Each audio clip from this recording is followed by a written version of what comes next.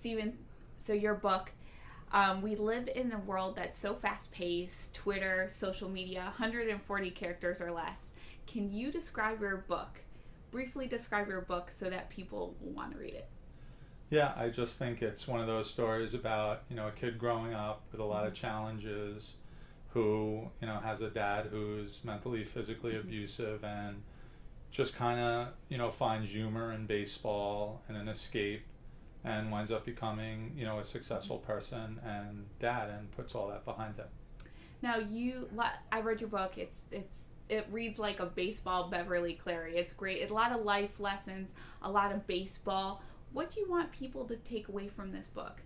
Well, I think the number one thing, and I really kind of learned this along the way, is if you did have struggles growing up and you didn't have the things the other kids had, or you had some difficulty with a parent, you're not alone. And for most of my life, I felt alone. And every time I speak to a college or I speak in front of a group, there's always someone who feels the same way I did. They just felt alone because it's something, most people are ashamed of, and it's something you're not broadcasting at the workplace or to your family, so you kind of just live with it. Now, you titled your book, without giving too much away, My Father Never Took Me to a Baseball Game. Without giving too much away, why did you go with that title? Well, actually the title came, originally the book was The Tale of Two Lefties, and probably my greatest mentor on the book was Jeffrey Gitomer, who wrote the Little Red Book of Selling. And after he read my book, he said, I love the book, but if you keep that name, you will only sell one book to your mother. And then he said, why don't, you say that? And I said, okay, I will. And, he wound up writing the foreword to my book, and, he was an inspiration in me getting to the finish line. Let's talk about, I'm assuming the other lefty is Harvey Haddix, one of your idols. How do you think he would react to this story? Well, I think he would be just happy somebody told it. When you think of the greatest game ever pitched in baseball history, it wasn't even on TV because there was a vice presidential debate, and his wife, Marcia, wound up listening. Someone called and said, your husband has a perfect game. So she put the kids in the car and drove down the block so they could listen to the end of the game on the car radio. So then I turned on all the radios, and I got in the car, and I took a ride.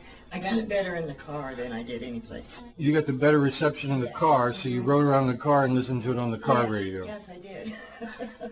Drive anywhere in particular? No, I just kept riding. Whatever direction I went that I could hear it the best, that's the way I went.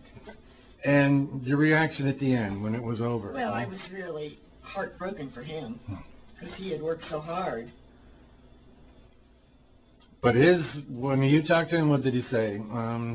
Hey, you just pitched the greatest game ever pitched, 12 perfect innings, but you lost in the 13th. He said it's been wild here. And he didn't go out there to lose. He was disappointed that he lost the game. He was. Yeah.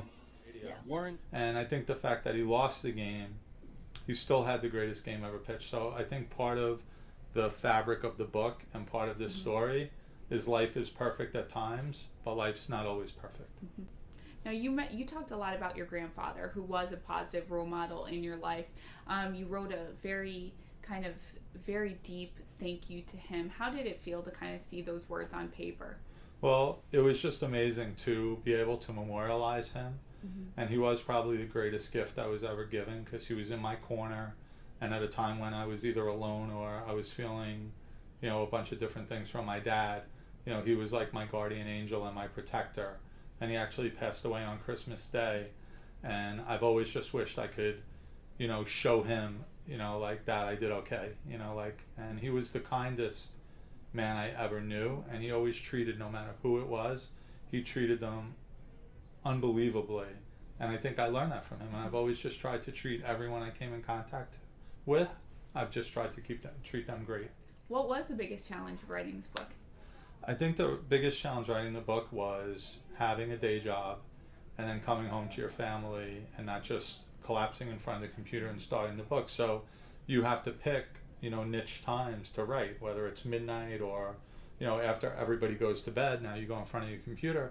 But the thing about it was, you would read the whole book to get the syntax, and then by the time you read the whole entire book, you'd fall asleep, and then you'd have to go at it the next night or the weekend, or, so I really, really, really applaud and feel for every author, because every book you see in a bookstore took an enormous amount of time and energy from their, personal life or professional life. You've told me off camera that writing this book was one of your dreams. How would you tell anyone to kind of approach their dreams, putting in the same type of hard work? What kind of tips or advice would you give to someone? Well, I think the advice I would give is dreams can come true. And I was always, for years and years, I was writing this book and, never knew that I would finish it, never knew it would be successful. Mm-hmm. But I think whatever your dreams are, if you put your time in and you get some experts and you know what you're doing and, you train properly for whatever it is, you're not going to run the marathon without, going out and jogging 4 or 5 miles a day. You're not just going to get up in the morning and dream about, so a dream is a goal with a deadline. Mm-hmm. And I think I finally, hit the goal and I hit the deadline and I got it done. Hinting that might be some validation. How do you define validation? I think I find validation when somebody calls me and wants to have dinner with me, and when I come into work in the morning and I get 5 or 6 letters, in my mailbox that just said that, my book touched a nerve and it's shared, there was a similar shared experience. So I know that I've connected, to the audience. And the other thing is almost every person, every review says that people have either laughed or cried.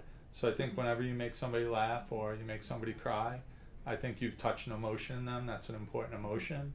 And every time I was kind of writing the book and going back to it, I was laughing, and the parts with my grandfather, would make me cry, and the part about my dog, so it humanized, the feeling for me, so I know what they were laughing and crying about, because I laughed and cried myself. Well, Stephen, congratulations and best of luck. I mean, again, writing a book is a huge accomplishment. We'll see.